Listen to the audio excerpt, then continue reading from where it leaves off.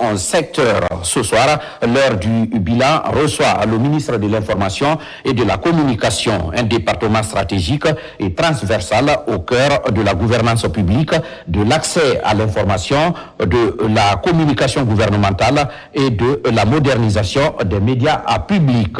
Quel bilan après ces 12 derniers mois de gestion?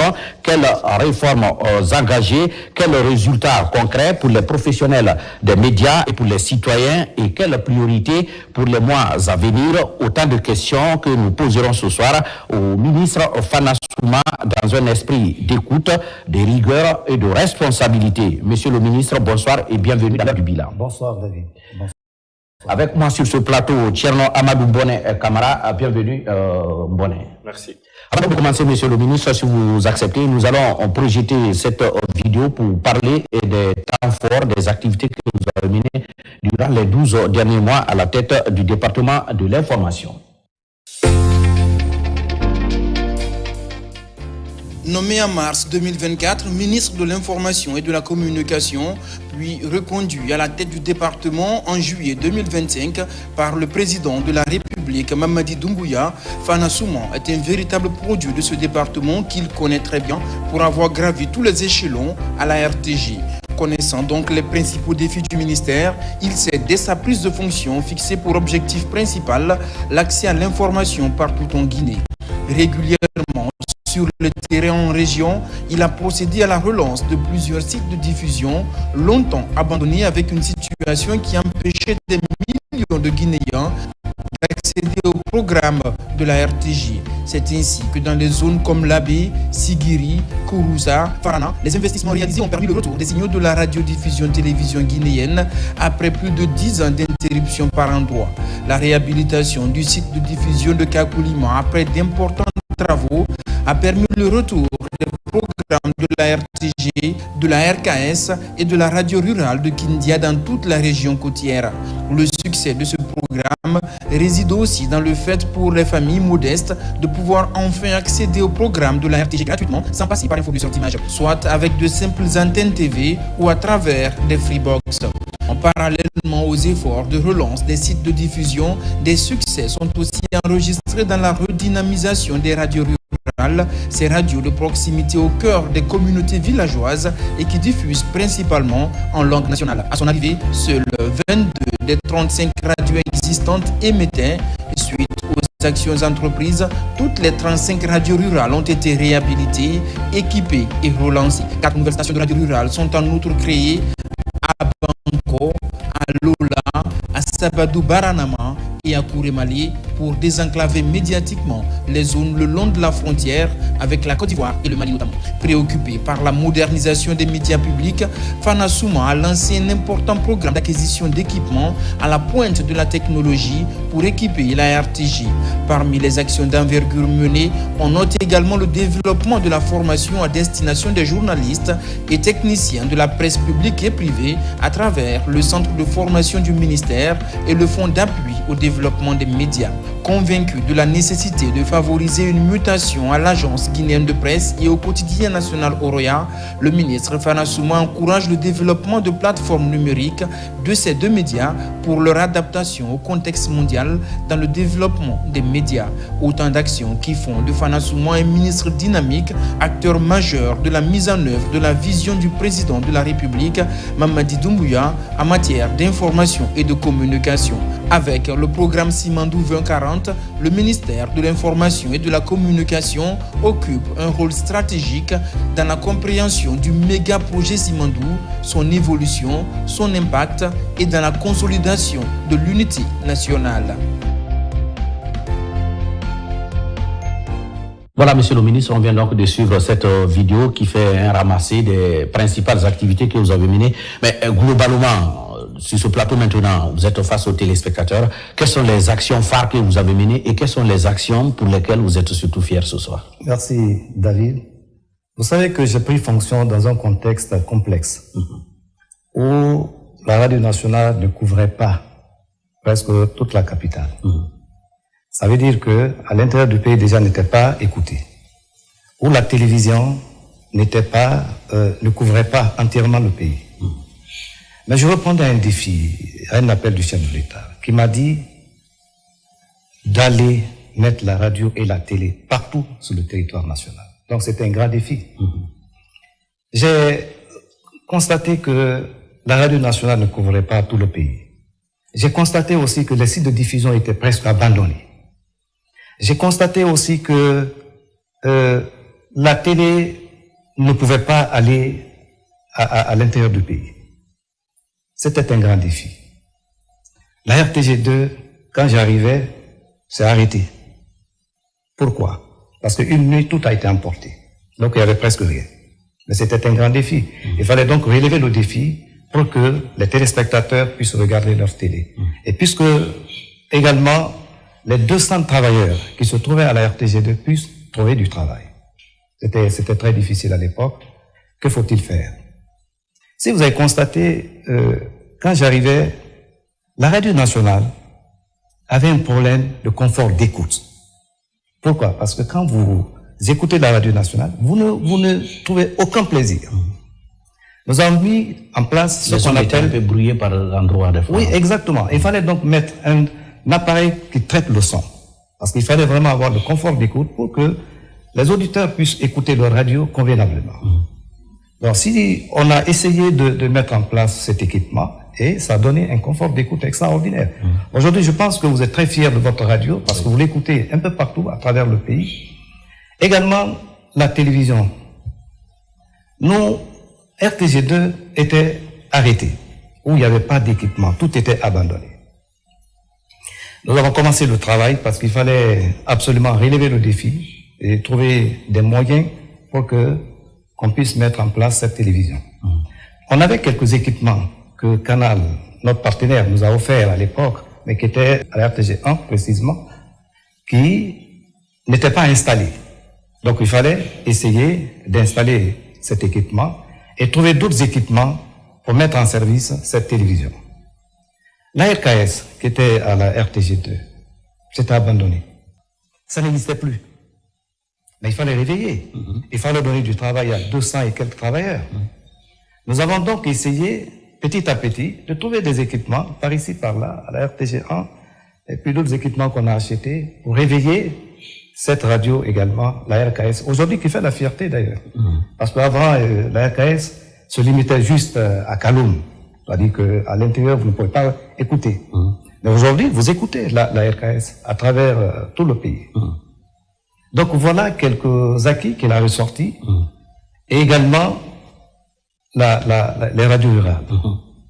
En fait, souvent, j'ai ce problème, beaucoup m'accusent. Ils disent, ah, mais partout où je passe, on dit non, il y a telle radio rurale, lui, tout son boulot, c'est la radio rurale. Alors que je ne fais pas seulement la radio rurale. Je fais également la télévision. RTG1, RTG2, nous faisons beaucoup de boulot pour réveiller. Aujourd'hui, quand vous écoutez et quand vous regardez la télévision nationale, vous êtes fiers. Parce qu'il y a eu beaucoup d'améliorations, il y a eu beaucoup d'acquis, il y a eu beaucoup de changements. La radio également, quand vous l'écoutez, vous êtes très fiers parce qu'il y a eu assez d'innovation, assez de création. Donc voilà, en fait, ma préoccupation, qu'il fallait donc essayer de répondre aux préoccupations du chef de l'État qui demandait à ce que la radio et la télé couvrent entièrement le pays. Je crois que on n'est pas tout à fait satisfait parce qu'il reste encore beaucoup de boulot. Il y a beaucoup de formations qu'on a eu à faire avec le centre de formation, notamment sur la lutte contre la désinformation, la lutte contre les discours de haine, etc., etc. Donc il y a plus de 2000 et quelques qui ont été formés. Médias privés, médias publics, parce qu'en réalité, ma préoccupation quand j'ai pris fonction, il dit que je ne veux pas entendre médias privés, médias publics, c'est médias tout court. D'ailleurs, on dit ministre des médias. Voilà. Ok. Alors, on a aussi constaté que quand vous preniez fonction, la RTG, la télévision notamment, était dans des bouquets. Et on a vu que vous avez mené un combat dans ce sens-là pour que la population ait un accès gratuit désormais aux médias. Non. En réalité, quand on était à la RTG, on travaillait ensemble. J'avais des préoccupations qui me fatiguaient beaucoup. Pourquoi? Vous voulez regarder votre télé, il faut payer. C'est difficile. C'est-à-dire, tu es dans ton pays, tu veux regarder ta télé, mais il faut payer. C'est un combat qu'on a mené. On a essayé de négocier avec d'autres partenaires. Peut-être vous constatez actuellement, vous voyez Freebox, vous pouvez regarder la RTG2 partout. Vous pouvez regarder également la radio nationale, vous pouvez écouter la radio nationale, vous pouvez écouter la RKS actuellement. Parce que avec ce Freebox, vous regardez gratuitement la RTG. Il suffit seulement que vous achetez l'appareil, vous l'installez, vous regardez. Au-delà de ça, nous avons aussi réveillé et réhabilité la RTG, non seulement la RTG, mais aussi le site de Koloma. Parce que le site de Koloma, si vous constatez, ça fait plus de 12 ans. Le site existait déjà, mais c'était presque abandonné. Parce que les autres n'ont pas pensé qu'on pouvait réveiller à travers le lithium, les batteries lithium. Quand on a travaillé longtemps avec le site de, le site de diffusion, j'ai posé la question, qu'est-ce qu'il faut pour réveiller le site de Koloma? Ça n'a pas été facile. Et on a donc essayé de discuter un peu avec les différents partenaires, notamment le StarTimes, partenaire StarTimes, qui nous a demandé qu'il peut nous fournir des batteries lithium. Parce qu'il fallait privilégier le solaire à Kakulima. Il a commencé à travailler, on a installé le lithium, et aujourd'hui le site est opérationnel. Je crois que ça surprend beaucoup de personnes, parce que quand on a fini, beaucoup n'y croyaient pas. Mais aujourd'hui, vous pouvez vérifier à travers votre téléviseur, si vous voulez regarder la TNT, vous pouvez suivre la télé à travers Kakulima. Oui, moi, ma question, monsieur le ministre, merci pour ces réalisations que vous venez de présenter. Et vous l'avez dit, vous êtes ministre des médias, et le constat était que bien avant votre arrivée, on avait souvent l'impression que le ministère de l'Information était le ministère de la RTG. Est-ce qu'aujourd'hui, vous vous dites que vous avez pu avoir des réflexions au-delà de la RTG pour être le ministre aussi de la RKS, des radios rurales, mais aussi des journaux et des autres médias publics et aussi des médias privés? Je crois que vous avez constaté, quand j'ai pris fonction, j'ai fait des tournées. J'ai fait des tournées dans les différents médias pour dire aux journalistes qu'on doit travailler en équipe. Je suis le ministre des journalistes en réalité. Donc je ne peux pas me limiter à la RTG parce que beaucoup, si vous constatez, dès qu'un ministre vient, il pense que c'est directement le ministre de la RTG. Parce que d'ailleurs, moi je viens de la RTG, donc c'était facile d'imaginer que c'est vraiment un ministre de la RTG. Mais je partais vers les médias. J'ai commencé à travailler avec eux. Également, les différentes formations qu'on a organisées avec le centre de formation. Tous les médias étaient associés. Je crois que c'est les preuves. Il y a aussi la TNT. Oui, la TNT. Est-ce que vous pouvez nous en parler? À quel niveau nous en sommes pour les téléspectateurs? Bon, la TNT existe. Mais pour l'instant, c'est seulement au niveau de Kakulima. La TNT qui est à l'interne. Bon, parce que le projet n'a pas beaucoup évolué, si vous constatez. Avec nos coopérants français. Donc nous sommes en négociation, on attend toujours. Mais sinon, déjà, nous on a pu installer à travers Kakulima la TNT. Et à Conakry également, il y a la TNT. Vous pouvez capter la radio et la télé sans problème. Alors, tout à l'heure, vous avez parlé, monsieur le ministre, des équipements et de la formation. Quand nous prenons, par exemple, le cas de la RTG Koloma ou encore la RTG Bourbinet, où en sommes-nous pour la rénovation? Je rappelle que la RTG Koloma, par exemple, depuis 2007, il y a eu un MIG qui est tombé là-bas, il y a eu des fissures. Et souvent, quand la saison des pluies arrive, on constate qu'il y a, par endroits, ça sointe et il y a des parties qui sont aujourd'hui complètement moisies. Où en sommes-nous pour la rénovation des bâtiments? Parce que les équipements, c'est bien, mais il faut que les installations s'y prêtent aussi. C'est vrai, nous sommes, on a déjà engagé le processus. Mais on ne peut pas réhabiliter les deux télés ou les deux chaînes de télé à la fois. RTG1 et RTG2. Si vous avez constaté, on a engagé les travaux à la RTG2, parce qu'il était presque abandonné. Nous sommes en train de reprendre entièrement les travaux. Non, RTG2. Les travaux déjà ont commencé. Ils ont commencé par la mosquée. Et progressivement, ils vont essayer de reconstruire entièrement. Et tout ça grâce au chef de l'État. Nous avons aussi en perspective la RTG1. On n'abandonne pas. Voilà, il y a eu des travaux qu'on a eu à faire, mais dans les prochains jours, on va engager d'autres travaux pour essayer de reprendre entièrement la toiture. D'accord. Ensuite, autre chose qu'on a vu durant 2025, c'est, vous avez parlé de formation des agents, mais c'est passé par un recrutement à la fonction publique. Comment vous avez fait pour que ceux qui étaient là depuis 5 ans, 6 ans, 10 ans puissent être engagés à la fonction publique aujourd'hui? Bon, c'est grâce au chef de l'État. Simplement. Parce qu'en réalité, on a engagé depuis très longtemps le processus. On a mené assez de démarches avec le syndicat de la RTG, mais c'est à l'avènement du président de la République que ça nous a facilité, parce qu'il a eu le temps de nous écouter, avec l'appui également du ministre de la fonction publique, du Premier ministre. Donc, il y a des négociations, et finalement, on a retenu 350, et les 350 ont été recrutés. Je crois qu'il y a 22 qui doivent être bientôt engagés. Bientôt.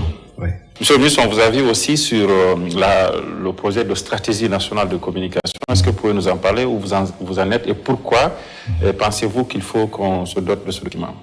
Le document est extrêmement important parce que ça définit la politique nationale du gouvernement. Déjà, le document a été élaboré, mais ça doit être vulgarisé et puis adopté par le Conseil des ministres. Ok, d'accord. Peut-être l'autre question, c'est de savoir rapidement, vous avez aussi porté un projet de télévision thématique. Est-ce que vous vous êtes rendu compte finalement qu'il faut plutôt accentuer les efforts sur les 2 télés qui existent, ou alors ce projet il est en train d'être cuisiné, ce projet de télévision thématique? Non, le projet de télévision thématique au Simandou TV. Okay. Parce qu'en réalité, c'est ça le nom. Vous savez que le président de la République avait demandé à avoir une nouvelle télé. Télé pour les jeunes, télé pour l'entrepreneuriat. Donc on a appelé ça Simandou TV. Mais vous savez que depuis 2 ans ou 3 ans, le projet était au département. Ça n'a pas évolué.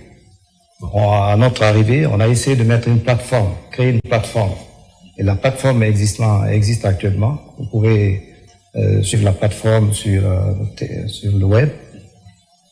Nous sommes en train d'expérimenter petit à petit. Parce qu'une télévision, la création d'une télévision, ça ne peut pas être automatique, comme ce que beaucoup pensent, avec que je peux avoir des équipements et directement créer la télé. On commence par la plateforme et petit à petit, nous allons commencer à trouver des studios et puis à installer des équipements pour qu'il y ait une télévision thématique. Et c'est Simandou TV. Oui. Monsieur le ministre, puisqu'on parle du secteur de l'information et de la communication, il y a une subvention que l'État accorde aux médias privés par an. Et le chef de l'État a pensé qu'il faut dépasser ce cap en mettant en place au sein de votre département un fonds d'appui d'aide aux médias, le FADEM. Est-ce qu'aujourd'hui, c'est aussi un point de fierté pour votre bilan, la mise en place de ce FADEM, et est-ce qu'il est opérationnel et qu'est-ce qu'il fait sur le terrain? Est-ce qu'il a les coups de franche? FADEM existe depuis 3 ans.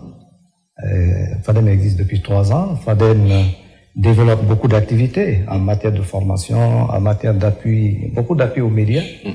Je crois que sa mission s'arrête là. C'est avoir les fonds qu'on a l'habitude de partager entre les journalistes. Ça relève de la RAC. Voilà, je crois que c'est ça. Okay. Et, monsieur le ministre, on vous a vu aussi effectuer un voyage en Chine par rapport à un partenariat avec StarTime. Où en est-on avec ce projet et quel aujourd'hui ce projet s'appelle Plaine. Ok, Plaine, oui. Plaine, c'est points locaux d'accès à l'information et aux nouvelles technologies. Ok. En fait, il est question d'installer 1000 points d'accès à l'information. C'est ça même le nom. C'est-à-dire qu'on installe dans les villages de la Guinée. Nous sommes en négociation avec StarTimes qui doit exécuter le projet. On a signé complètement les documents. Je crois qu'ils sont en train de mobiliser des fonds pour voir comment exécuter le projet. Okay. En fait, c'est un projet qui s'inscrit en droite ligne de Simandou 2040 et qui va beaucoup aider la Guinée. Parce que imaginez, dans les villages, vous construisez des bâtiments, je crois que c'est des préfabriqués. Vous avez la télé, la radio, et puis des centres de récréation où les communautés peuvent venir se retrouver, tenir des réunions. Et je crois que ça va développer les communautés villageoises. Ce projet est en cours. L'autre chose dont on peut être fier, vous l'avez évoqué dans votre discours préliminaire, c'est l'installation des radios rurales. Est-ce qu'aujourd'hui, on peut savoir, on en a combien sur le territoire national et par n'avez pas de difficultés dans la mise en place de ces radios, notamment par rapport à l'obtention des fonds, ce qui est financier? Oui, c'est bon. En fait, vous savez que il est très facile d'installer une radio qu'une télé. Donc, les radios rurales, aujourd'hui, jouent un rôle crucial. Et puis, ça attire tout le monde. Vous constatez, nous avons de sérieuses difficultés actuellement parce que tout le monde veut avoir une radio. De 22 radios, quand je prenais fonction, nous sommes à 39. Et bientôt 40 d'ailleurs, parce que nous avons en perspective la radio de Kakuni qu'on doit installer. Mais ce qui est plus remarquable cette fois-ci, c'est que l'État même construit des radios et installe des radios. Vous savez, à l'époque, les radios communautaires, parfois c'est les communautés, c'est des partenaires qui accompagnaient l'État, qui faisaient ces radios. Mais actuellement, c'est l'État même. Nous avons en perspective d'occuper toute la frontière, le long de nos frontières. Pourquoi? Parce qu'il y a des endroits où les localités n'écoutent que les radios étrangères, c'est-à-dire les radios des pays voisins. Bon, on a appelé ça souveraineté médiatique avec le dynamique directeur de la radio rurale. On a essayé d'identifier ces zones. Par exemple, Sabadou Baranama, que vous avez vu tout de suite. Sabadou Baranama, on est allé, on a installé la radio. Mais pourquoi? Sabadou Baranama, c'est la frontière avec la Côte d'Ivoire. Nous avons aussi Kourimali. Kourimali, la frontière avec le Mali. On vient d'inaugurer Kourimali. Il y a aussi la radio de Kakuni. Kakuni, parce que Kakuni, c'est vers le Sénégal, côté Sénégal. Bon, il y a la radio de Lola également. Lola, d'ailleurs, c'est avec l'appui du Premier ministre qui s'est engagé parce que quand il a vu tout ce qu'on faisait pour ces radios, connaissant bien l'intérêt, il s'est impliqué et il dit, je vais contribuer pour que Lola ait une radio. Donc voilà, aujourd'hui, nous sommes à 39 et 40 bientôt parce que on va installer Kakuni. Ok. Où en sommes-nous avec le studio de la radio nationale? Parce que beaucoup de journalistes au niveau de la radio nationale disent que le ministre est beaucoup plus préoccupé par la relance des radios rurales à l'intérieur et la radio nationale qui fait l'objet des synchronisations elle-même aujourd'hui est en difficulté. Le studio A, où en est-on avec sa rénovation? Non, le studio A est presque fini entièrement. Ce qui reste, c'est vraiment former les techniciens. Je crois que Madame la directrice est en train d'identifier les techniciens qui doivent commencer à travailler. Okay. Sinon, le studio est presque fini. Je crois qu'il reste le split qu'on doit installer et puis qu'on doit former, on va lancer. Je crois que peut-être d'ici la fin de ce mois, on peut le faire. Okay. En tout cas, c'est presque vous parlez de formation et la formation, le quart de reportage. Est-ce que il est opérationnel aujourd'hui ou est-ce que ceux qui doivent l'utiliser sont prêts, techniquement parlant? D'ailleurs, c'est l'un de nos acquis de cette année. Vous savez, depuis que la RTG a été créée, on a bénéficié beaucoup de cadres de reportage. Mais c'est dans le cadre de la coopération, c'était des dons. Mais le cadre qu'on vient de bénéficier, ça c'est vraiment l'engagement du chef de l'État, c'est lui qui a acheté. Il a acheté, il nous a donné le cadre. C'est la première fois que l'État guinéen accepte d'investir, d'acheter le car et d'envoyer. Mais c'est pas n'importe quel car. C'est un car vraiment, c'est un studio. C'est un studio parce qu'au-delà de la RTG, vous pouvez fermer la RTG. Le studio peut commencer à émettre correctement. C'est vraiment un studio très moderne. Ça veut dire qu'il faut une formation, non? Absolument. On peut pas nous donner un tel bijou et puis qu'on donne à des mains qui ne maîtrisent pas. Donc c'est pourquoi il y a une formation qui est prévue. Déjà, le technicien, l'expert était là récemment à Conakry.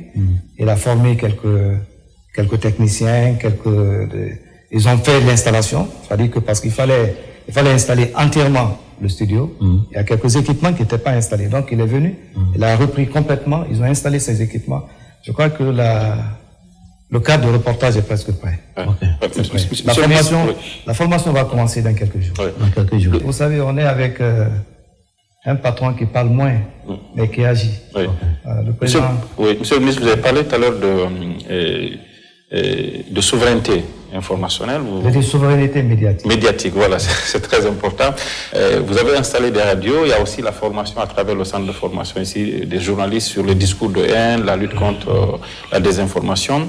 Et aujourd'hui, nous sommes dans un contexte mondial où la guerre se fait au niveau de l'information. Qu'est-ce que vous faites pour que véritablement ce qui arrive aux téléspectateurs et aux auditeurs guinéens, que le discours soit un discours qui rassemble et qui mobilise plutôt les Guinéens, et que soit le discours qu'on ne tombe pas, qu'on ne soit pas de simples consommateurs, de ceux qui diffusent les télévisions extérieures. Je pense que tu as déjà répondu à la question. Il y a déjà, avec le centre de formation, une multitude de formations qui sont engagées, et que ce soit les journalistes de médias privés ou médias publics qui sont en train de suivre, pour qu'ils soient bien préparés, pour ne pas répéter les mêmes erreurs du passé. Il y a aussi la régulation des contenus, de ce qui arrive aux Guinéens en fait. Il y a par exemple certaines chaînes que je ne vais pas citer, que d'autres pays interdisent parce qu'on veut plutôt valoriser notre culture que de consommer des cultures venant de l'extérieur. Mais absolument. Vous ne pouvez pas laisser les médias donner toute la liberté quand même. Il faut contrôler ce qui se passe.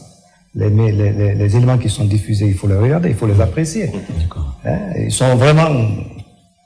Ils sont obligés, on est obligé de les contrôler. On est obligé de les contrôler. Monsieur le ministre, nous sommes à l'orée de l'année 2026. Quelles sont vos perspectives dans votre domaine, bien sûr, pour l'année 2026, pour les téléspectateurs, pour les auditeurs, et pour les journalistes aussi? Ouais, je crois que pour l'année 2026, nous avons des grands projets qui sont en perspective et qu'on compte réhabiliter ou relancer. Lesquels? Vous avez par exemple la TNT. Vous savez que la TNT, depuis des années, on en parle. On a essayé de procéder à la pose de la première pierre avec le Premier ministre, mais nous comptons accentuer pour relancer véritablement la TNT. Vous avez aussi les 1000 points d'accès à l'information que j'ai appelé le projet Plein. Ce projet, avec les partenaires chinois, je crois que on compte lancer pour que ça soit vraiment visible. Bon, il y a d'autres projets également qui sont en perspective, notamment la formation des journalistes, parce qu'il faut continuer. La formation, ça doit être continuel, c'est pas en un seul jour. Est-ce que cette formation concerne les directions régionales, par exemple, à l'intérieur? Les directions régionales, absolument. Vous savez, à l'époque, on avait 4 directions régionales, aujourd'hui nous sommes à 7. Il y a les 7 directions régionales, qu'on appelle les DRIC, mais qui jouent un rôle extrêmement important parce qu'ils sont en contact. En fait, si vous voulez, c'est un mini-ministère à l'intérieur du pays. C'est-à-dire que le rôle que nous jouons à Conakry, et qu'ils jouent le même rôle.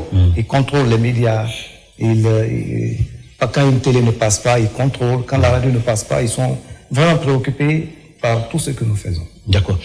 Beaucoup de journalistes ont dit qu'avec l'engagement des stagiaires d'hier à la fonction publique, que le ministre Fana Souma se bat pour le statut particulier des journalistes. Bon, ça c'est un autre défi. Vous savez, il ne faut pas, avec tout ce que le président fait pour nous accompagner, pour accompagner les médias, parce que vous le savez, à l'époque quand on venait, il y avait moins de journalistes qui étaient dans l'administration publique, vous le savez. Il y avait moins de journalistes. Aujourd'hui, il y a combien de journalistes qui occupent des fonctions, des hautes fonctions au sein de l'administration? Il y en a beaucoup. Il est en train de nous accompagner. Vous savez qu'à l'intérieur du pays, à l'époque, il y avait des maisons de la presse. Il nous a aidé à avoir des maisons de la presse. Je crois que dans les grandes régions, les capitales régionales. Des grandes capitales régionales. Ça, c'est déjà un appui. Il y a aussi l'engagement des journalistes de la RTG. C'est un acquis. Donc, statut particulier des journalistes, je pense que avec intelligence, avec beaucoup de diplomatie, on va essayer de pousser le bouton.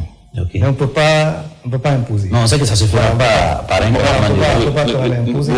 il fait le syndicat. Moi, j'avais posé la question que je pose. C'est au-delà du statut des journalistes, c'est de la RTZ elle-même pour en faire peut-être un office. Est-ce que vous avez ça dans vos projets, dans vos perspectives, pour la rendre un peu plus, pas autonome, mais bon. C'est mieux peut-être. Voilà. La RTZ a beaucoup changé, vous le savez. Il a changé de visage. Les émissions, il y a beaucoup d'émissions qui ont été créées. Aujourd'hui, la qualité d'image, je crois que vous êtes très fiers. Quand vous regardez votre télé, vous êtes très fiers de la qualité d'image. Il y a également des serveurs qu'on est en train d'installer. Je crois que les travaux avancent pour qu'on quitte l'état actuel, qu'on aille vers en HD, en haute définition. Je sais qu'on est en haute définition, mais pas en haute définition réelle. Donc, on veut changer complètement tout le circuit du transport d'images. Oui. Monsieur le ministre, vous avez parlé tout à l'heure de la stratégie. La dernière question après les téléspectateurs. La stratégie nationale de la communication. Ouais. Et moi, je me suis toujours posé cette question. Si c'est le ministre du budget qui nomme, par exemple, les DAF ou autres dans les ministères, pourquoi ce n'est pas le ministère de la communication qui nommerait les chargés de communication au niveau des départements ministériels? On a ça en perspective. Avec le directeur national de la communication, on a souvent échangé autour de ça. Je crois qu'on va essayer de faire des propositions. Parce que c'est normal. Récemment, vous avez vu, par exemple, le ministère des Postes et Télécommunications qui a nommé certains cadres dans les différents départements ministériels. Le ministère de la Communication peut aussi faire autant. Nous sommes dans l'heure du bilan et nous recevons aujourd'hui le ministre de l'Information et de la Communication. À présent, nous allons prendre quelques téléspectateurs pour lui poser des questions sur les activités qu'il a menées durant 2025.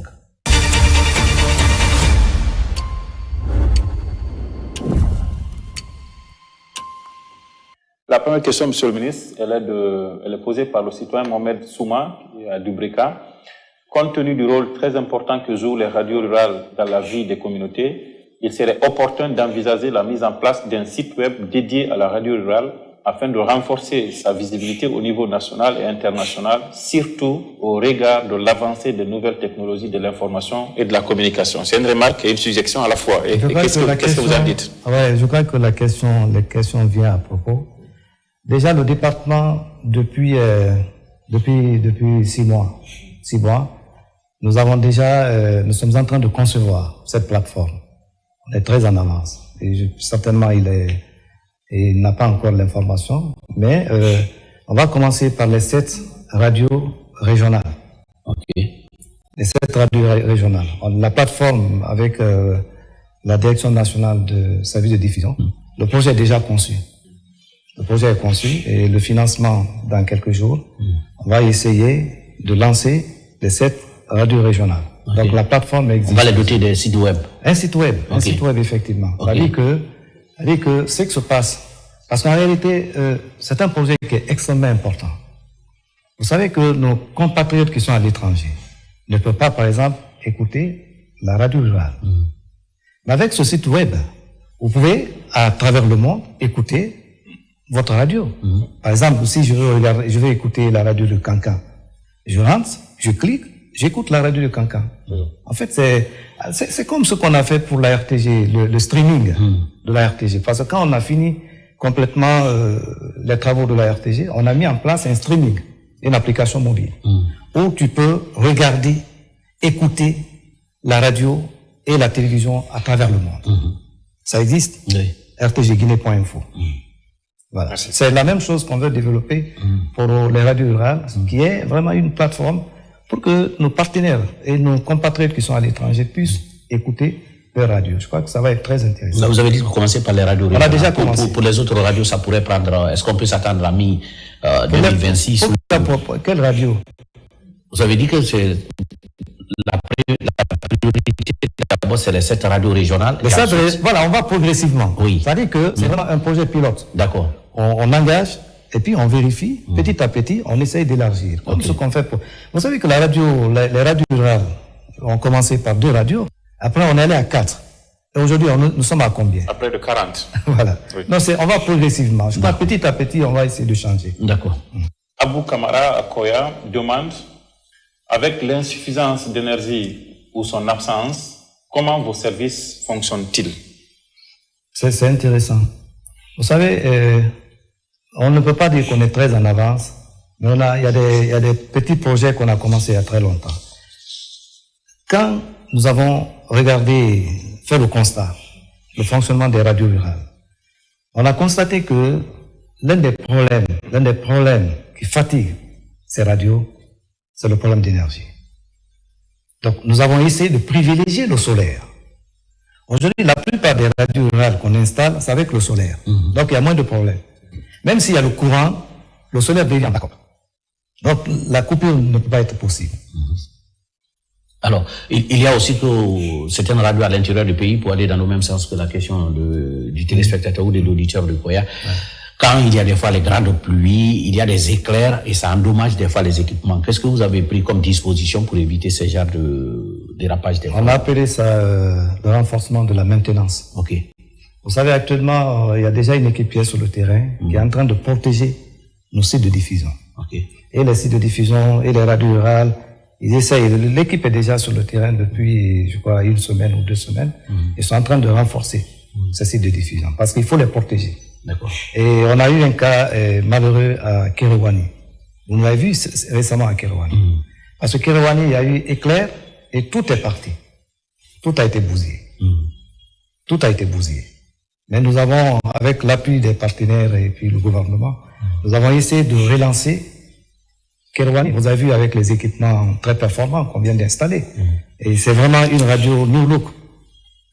New look, complètement, on a complètement changé. Je crois que ça fait même des jaloux. Ok. Et les équipes sont sur le terrain pour éviter que ça se répète. Oui, exactement. Ils ont déjà commencé. Ils ont commencé par Folga. Il y a déjà Kindia, je crois Kankan, Sigiring, toute la Haute-Guinée parce que c'est déjà servi. Ils sont déjà servis. Ok. Cette fois-ci, c'est Lamine Doumbouya à Bessiam qui demande quelles sont les priorités du ministère pour l'année à venir. Je crois que la question a été répondue. Oui. Tu as déjà posé la question. Oui, la question a été répondue. Les perspectives, on a dit qu'on va essayer de qualifier ou de relancer le projet TNT, parce que le projet, on a fait la pose de la première pierre, mais le projet n'avançait pas. Donc on va essayer de booster pour que le projet soit réel. Et puis il y a le projet également plein déjà avec les partenaires chinois, on va essayer d'activer pour qu'on relance ce projet. Et la poursuite des programmes de formation. Donc ça c'est normal. Un journaliste sans formation, c'est... Justement, quand on parle de formation, il y a beaucoup de gens qui se posent la question, est-ce que c'est la formation académique ou bien sur le plan professionnel? Si oui, non, est-ce que les thématiques... Non, la formation est professionnelle. David ne va pas loin. La formation est professionnelle. Oui, mais il y a des journalistes, quand on les entend des fois parler, c'est approximatif. Alors, puisque la formation est professionnelle, est-ce qu'il y a des thématiques sur lesquelles vous dites que là, dans ce secteur-là, il faut vraiment qu'on renforce la formation? Oui, mais le centre de formation est là pour ça. Ok. Et le fait, il identifie, il définit les priorités, en fait, du département en matière de formation. Et puis, on trouve le financement, on engage. Monsieur le ministre, nous sommes à la fin, peut-être la dernière question. Est-ce que vous avez rencontré certaines difficultés durant l'année 2025 par rapport à tout ce que vous avez réalisé? Oui, mais vous savez que, comme je vous ai dit à l'entame de mon interview, que j'ai pris le département dans un contexte très complexe, je vous ai dit, où les services de diffusion, tout était abandonné. Ça n'a pas été facile, ça n'a pas été facile pour réveiller tout ça, parce qu'en réalité, avec le soutien peut-être des différents directeurs et autres là, on a réussi à changer, mais ça n'a pas été du tout facile. Okay. Ça n'a pas été du tout facile. Okay. Parce que imaginez une télé qui n'arrivait pas à Yomou, une radio rurale qui n'arrivait pas qui ne parvenait pas à couvrir son territoire, c'est très difficile. Okay. Parce que moi, j'étais très écœuré quand j'étais à la RTG. Je me posais souvent des questions. Pourquoi la radio ne peut pas dépasser Koya, la radio nationale? C'était un défi, en réalité. Je suis venu, c'est-à-dire qu'il fallait répondre à tous ces défis. D'accord. Je crois que je ne peux pas dire qu'on est complètement satisfait, mais ça va. On a réussi à stabiliser et puis à agrandir la couverture du territoire. Ça, je crois que c'est indéniable. Yeah. Parce que partout où vous passez aujourd'hui, on vous appelle partout. J'écoute la radio à Yomo, je suis là à Kindia, un peu partout. La radio, elle est écoutée. Yeah. Et au-delà, ce qu'on a pu faire pour agrandir davantage, toutes les grandes éditions d'information de la radio nationale sont synchronisées par les radios rurales. Voyez-vous, quand vraiment 12h45 arrive, c'est synchronisé. Quand 19h45 arrive, c'est synchronisé. Et les radios rurales également, quand on s'est retrouvé à Pita, je crois que c'était à Pita. La revue annuelle de Pita. Nous avons décidé d'accroître le temps d'antenne, voyez-vous. Et puisqu'à l'époque, la radio émettait de 18h à 22h, vous vous souvenez? Aujourd'hui, ils peuvent émettre, je crois, de 6h jusqu'à 0h ou à 23h. Donc, notamment, ils occupent l'espace médiatique. Donc, ils ont toutes les possibilités, vraiment, d'occuper et de sensibiliser. Et ces radios sont extrêmement importantes. Parce que vous avez constaté, même pendant le référendum, ce qu'ils ont pu faire, et déjà, partout, on partait pour sensibiliser la population. Ils ont dit, non, on a déjà suivi ça. Donc, nous-mêmes, on était satisfaits. Parce que vous partez, pour sensibiliser la population. Il dit non, on est déjà suffisamment informés. On va vous expliquer comment voter, on va vous expliquer voici ce qu'on nous a dit, etc., etc. Donc on était déjà satisfaits. Je crois que vous avez écouté le Premier ministre à Sigiri. Oui. À Sigiri, son témoignage sur les radios, comment il a flatté les travailleurs de la radio rurale, il a flatté le département. C'était déjà le coulou. D'accord. Si David permet, c'est de savoir, on n'en a pas parlé du tout.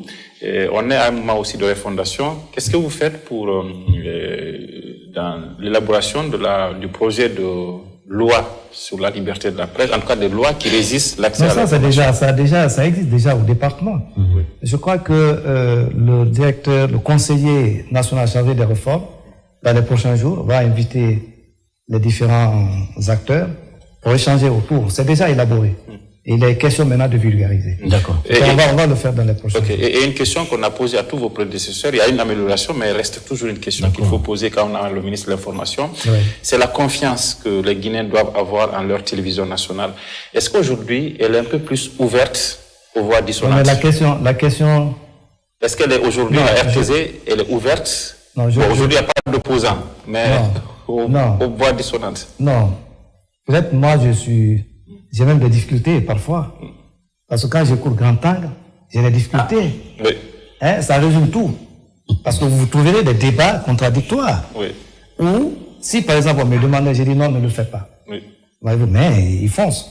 Donc ça veut dire déjà qu'il y a une ouverture d'esprit. Je crois que c'est... Et vous encouragez ça? Et vous encouragez cette ouverture? Non, j'encourage, mais tout en leur demandant de limiter. D'accord. Merci, M. le ministre. Parce que les médias, on n'est pas censé de tout dire, en réalité.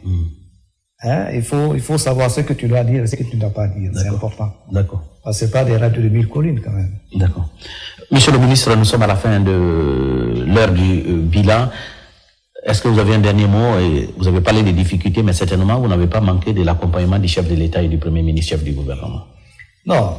Je tiens à remercier le président Mamadi Doumbouya, qui, depuis ma prise de fonction, nous a vraiment accompagnés. D'accord. Parce que là, vous avez oublié un peu les infrastructures. Oui. On n'a pas abordé. Les infrastructures, si vous constatez, le ministère est maintenant à Koloma. Alors quand je prenais les fonctions, le ministère était à Boubine. Oui. Grâce au président de la République. Vous avez vu par quels moyens on a vite reconstruit, on a fini les travaux, et puis on a déménagé. Oui. C'était extraordinaire. Parce que beaucoup n'y croyaient pas. Quand j'ai dit, oh non, on va déménager bientôt, les gens n'y croyaient pas. Mais avec l'appui du chef de l'État et de tout le gouvernement, notamment le Premier ministre, aujourd'hui, on a réussi à déménager. C'est comme le siège de la radio rurale, de Orea. Oui. Orea était logé à la RTG à un moment donné, vous le savez. Aujourd'hui, Orea a trouvé son site et qui est très moderne. Vous pouvez visiter et vous allez être vraiment très satisfait. Donc, il y a tous ces acquis qu'il faut vraiment remercier Monsieur le Président de la République qui nous a accompagnés, qui nous a aidés à avancer très vite. Voilà, mesdames, messieurs, ça en a fini pour ce numéro de l'heure du bilan. Nous recevions ce soir le ministre de l'Information et de la Communication, monsieur Farnasouma. Avec lui, nous sommes revenus sur les principales activités qu'il a eu à mener durant les 12 derniers mois à la tête donc de ce département. Il était sur ce plateau pour m'accompagner Tcherno Amadou Mbone Kamara. Tcherno, merci d'être venu. Merci David. Merci, ça en est fini. On espère vous retrouver très prochainement avec notre ministre pour faire le bilan des activités de son secteur. Portez-vous bien en compagnie des programmes de la télévision.